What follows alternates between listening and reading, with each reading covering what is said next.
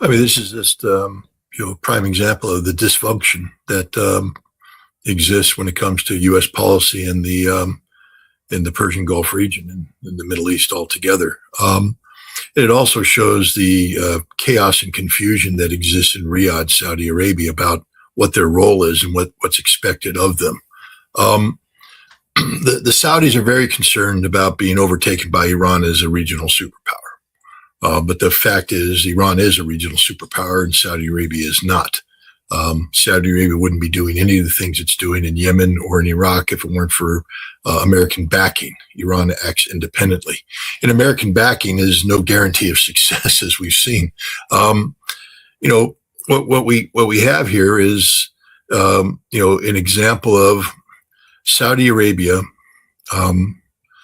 trying to achieve strategic goals and objectives in Yemen by sustaining a blockade of Ansarallah, the Houthi, and encouraging violent action against Ansarallah by Saudi proxies in Yemen. When people speak of the axis of resistance, they need to understand that it's real. It's not imaginary. It's not fictitious. That means that there are organizations and nations that have commonality of purpose when it comes to security. And so when the Ansarallah or the Houthi are attacked and threatened by Saudi Arabia, there are allies who will respond in kind. And this is what's happened. I don't know if the PMF was involved in the strikes. I would doubt that they were because, as you said, they're part of the Iraqi army. But there are numerous militias that are outside of the framework of direct Iraqi government control who have the capacity to launch attacks against Saudi Arabia, and I believe did launch attacks against Saudi Arabian oil facilities.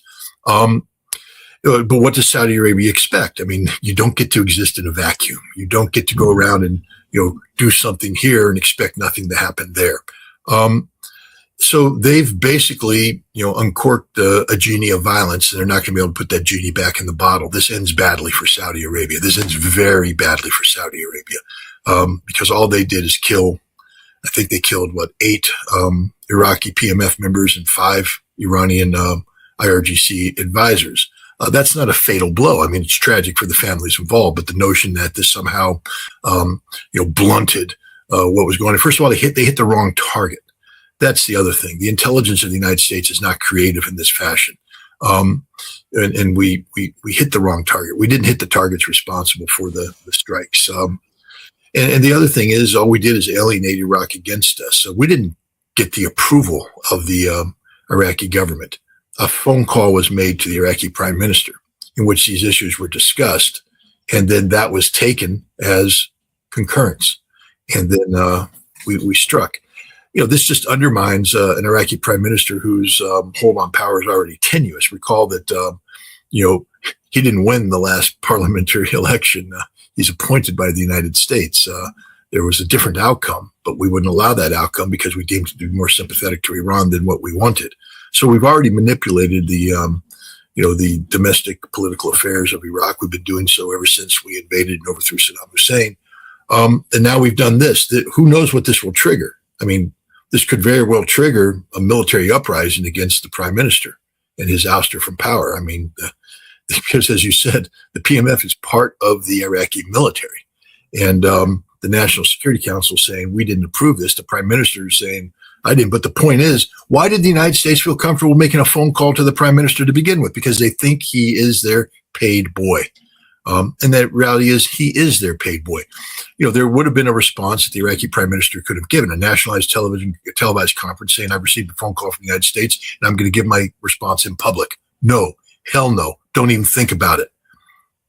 Instead, he hemmed and hawed, remained in silence, took everybody by surprise, and the United States carried out this attack. The man's a moral and intellectual coward. He's a political failure.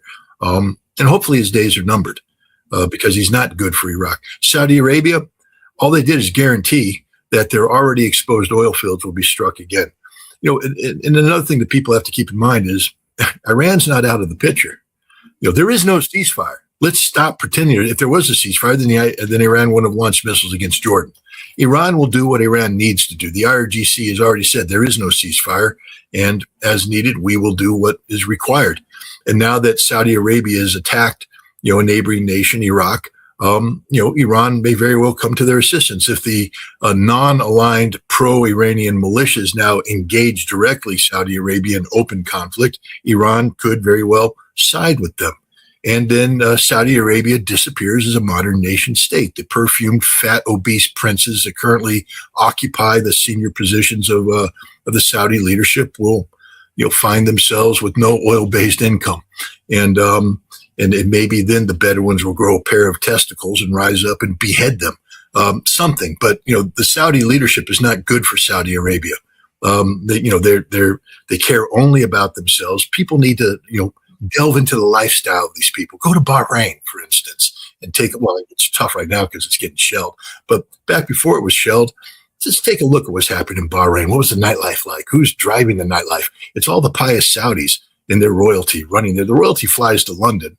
Go on that airplane. Watch how when they cross the Saudi national boundaries, they strip out of their airplane, out of their clothes, start dressing in the most wild Western clothes. They land in London, and the debauchery that takes place in London is beyond belief. What the men do there is recorded by British intelligence, and what the women do is recorded by British intelligence, and they're all co-opted, and they go back, and now they have files that they can never talk about because what they do is unspeakable. And they go back and they put their clothes on, they pretend they're pious. When you get off the causeway connecting Bahrain to Saudi Arabia, you'll see mosque after mosque after mosque after mosque. Why? Because the sinful Saudis, as they come through, believe that by building a mosque or funding a mosque, they've somehow absolved themselves of the sin until the next time they go to Bahrain. This is who is governing Saudi Arabia today. They only care about their narcissistic well-being. They don't care about the Saudi people. They don't care about the region. And their narcissism can only be funded by the continued production of oil.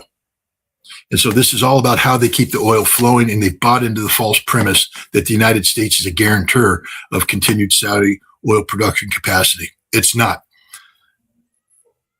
I'm not here to encourage global economic catastrophe, but right now Saudi Arabia could be literally wiped from the planet. All Nasrallah has to do is press forward its attacks and destroy the totality of Saudi Arabia's oil production infrastructure. All the Iranian militias have to do in the pro-Iranian militias in Iraq is press forward the attack and destroy the totality of Saudi Arabia's oil production capacity within range. And then Iran just comes and cleanups the mess. The eastern Saudi oil fields exist in an area where there's a prominent or dominant Shia population. Maybe it's time for the Shia to rise up, march on Riyadh, take care of the business. I mean, this Saudi regime has to go. It has to go. It's bad for Saudi Arabia. It's bad for the regime. And by participating in this blatant attack against Iraq, they set themselves up for failure. Do you think, Scott, when it comes to the response from Iraq, I assume that Yemen would do something about it? Because if we assume that these drones came from Iraq, how do you see the combination of the two, drones from Iraq and missiles from Yemen? And what do we know about the air defense systems in Saudi Arabia? What do we know about the air defense systems in Saudi Arabia? Yeah. I don't know. Aren't there a couple Saudi oil fields that are burning? Now we know about the Saudi air defense systems. They don't work. That's it. And so, as I said, Saudi Arabia is laid naked when you right go now. That far, you have to understand the repercussions of what you're doing.